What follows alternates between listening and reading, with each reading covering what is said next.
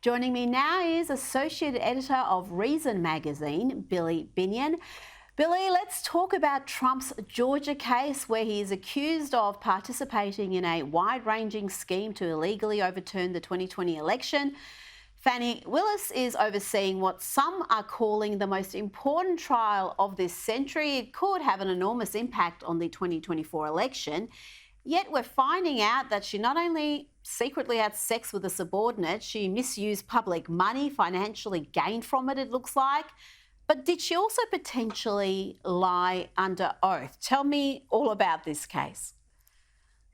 Yeah, so essentially, someone testified during her hearing to determine whether or not she should be disqualified from seeing this case through, that she actually started a romantic relationship and that there was no doubt in this former employee's mind that this former relationship or this relationship with her special prosecutor started in 2019, which would mean she not only hired her lover to oversee what I did call the most consequential trial of the century. And then I say that whether or not you support the prosecution or you don't, even if you don't support the prosecution, we're prosecuting a former president in state court where pardon power doesn't apply.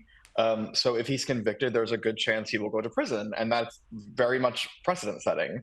Um, so not only, like I said, is it possible that she hired her boyfriend, but it's also quite possible that she lied under oath about it. And you refer to those kind of questionable financial transactions. It seems that they exchanged money at different points, and she claims she always paid him back in full in cash payments. So there's, of course, no record of it.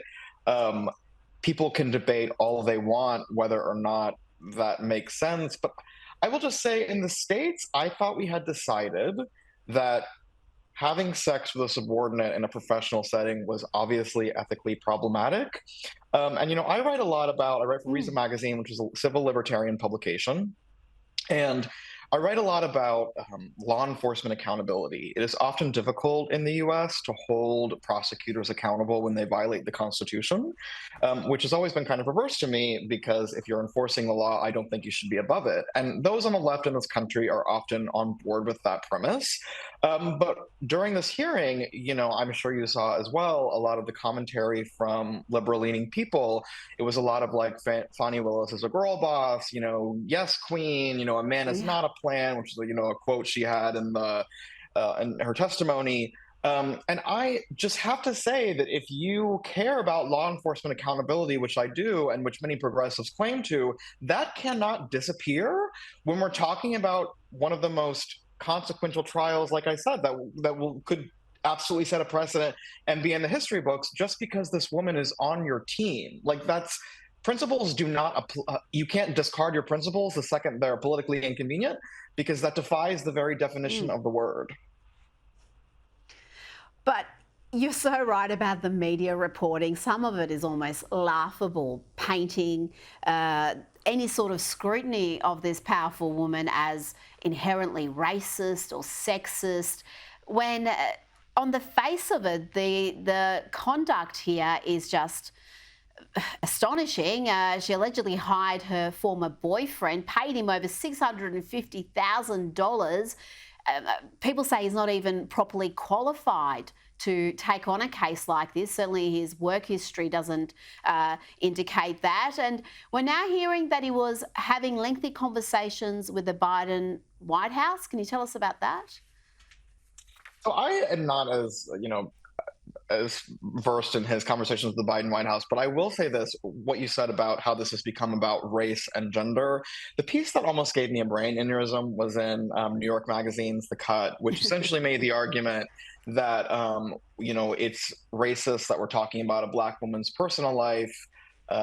Rather than Trump and 18 of his associates allegedly trying to overturn an election, um, when none of this truly has nothing to do with race and gender. There was a line in the article, and I think this is shared by a good amount of progressives, that it said something to the degree of, if Trump manages to make this case crumble by, smearing Fani Willis, then that just shows that white men are held to a different standard of justice. And that is actually exactly backwards.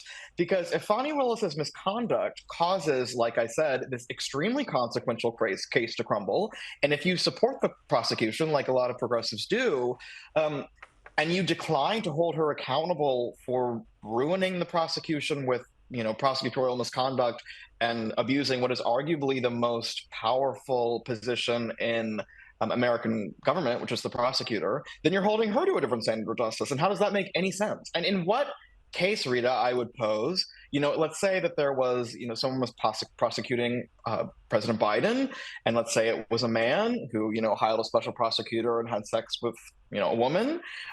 I think there is almost no universe in which I can picture progressives being like, that's cool.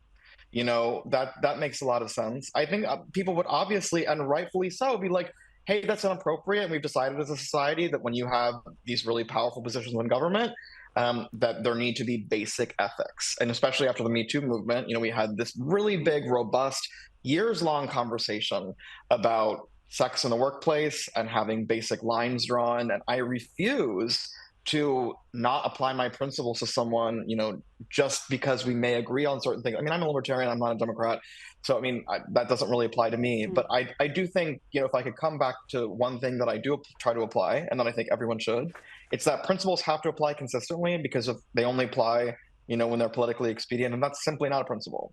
It's just, you're just hackish. No, I am with you. I am with you 100% there. And I think there's a very good reason why trust in the US justice system is very low at the moment, according to polling on that issue. And I think the treatment of this case may be relevant to that. I want to ask you about Fani Willis's other conduct in office. Now, she may not be alone here, but there are reports about her subjecting her employees to mandatory race training, including implicit bias tests that made those taking part ascribe badness to white people and goodness to black people in order to pass.